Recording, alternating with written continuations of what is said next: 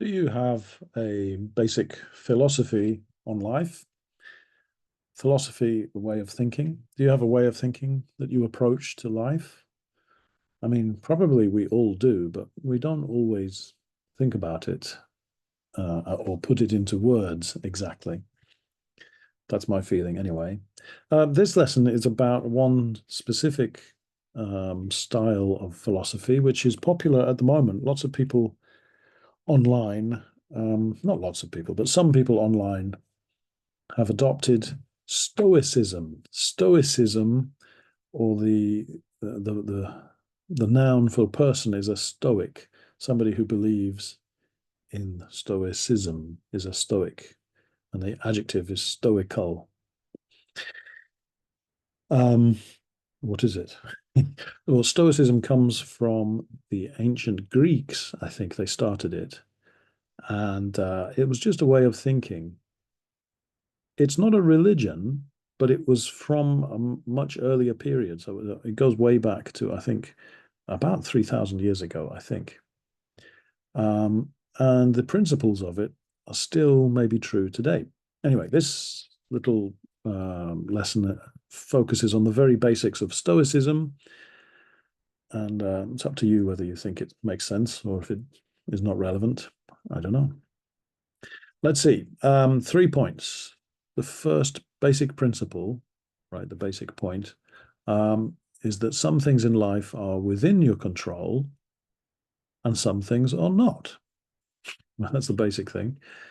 Some things you control, some things you don't, right? That makes sense.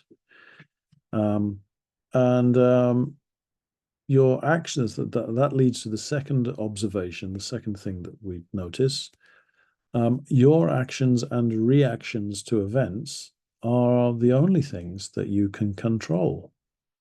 Um, so, you know, you may be very upset with politics or uh, what's happening in America or what's happening in Europe or in China, but there's absolutely nothing you can do about it. So therefore, um, in a way, you don't worry about it because there's nothing you can do about it. There's no point in worrying about things you have no effect over.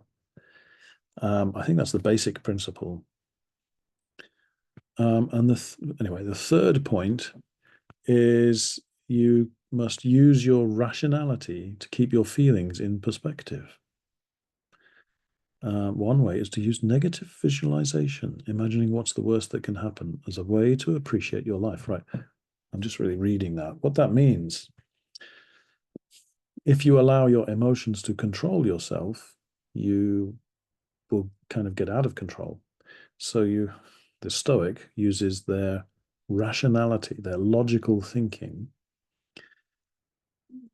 not just to control their emotions, but to remember to be happy or to appreciate the situation. So, and one way is to use negative visualization. I think it's like imagining what's the worst. Like, okay, if you think, oh, I'm really sad because I don't have a sports car, for example. Well, a Stoic would say, yeah, but are you really sad? That you don't have a sports car. Imagine what life would be like if you did have a sports car and people would be jealous of you and you'd have to pay a lot of money for the sports car. Actually, you don't really want the sports car. And you realize, yeah, you know. Or another, maybe that's not a bad example. Another way of thinking about negative visualization is, what's the worst that can happen? Yeah, like you could lose your job and you might think, oh my God, I'm going to worry because I might lose my job. Well, okay, if the worst happened and you lost your job, do you still have your health? Are you still healthy? Yes. Could you maybe live with relatives? Yes. Would you like that? No. But could you survive? Yes. You imagine the worst that could happen, and then you realize, well, actually, I can probably survive all of the worst things. Therefore, you don't need to worry about everything. This is a very simplified version of Stoicism. But I think those are the main elements, right? Some things you can control, some things you can't. Um, the only things you can control are what you do, and you can use your own logic and brain to keep your emotions under control. That's the basics of it. And I was thinking about it. It's a bit like learning English. As an English teacher, I can tell you what I know, and I can give you practice, and I can speak to you like this and try to explain what I'm saying.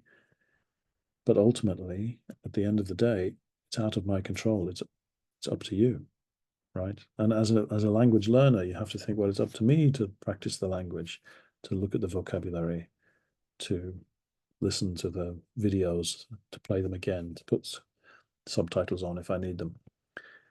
Only you can improve your own language. I can help. I can lead you in the right direction, or what I think is the right direction, but only you can do it. And by the way, I have an illustration of this lesson of a monkey staring at you, and it says, "Not my circus, not my monkey." And the meaning of that, it's from a Polish expression. I think the meaning of that is, if something bad happens, well, it's not my fault. I'm not responsible for this circus, and it wasn't my monkey that did the problem. Not my circus, not my monkey. It's a very stoical expression, I think. We can talk about it.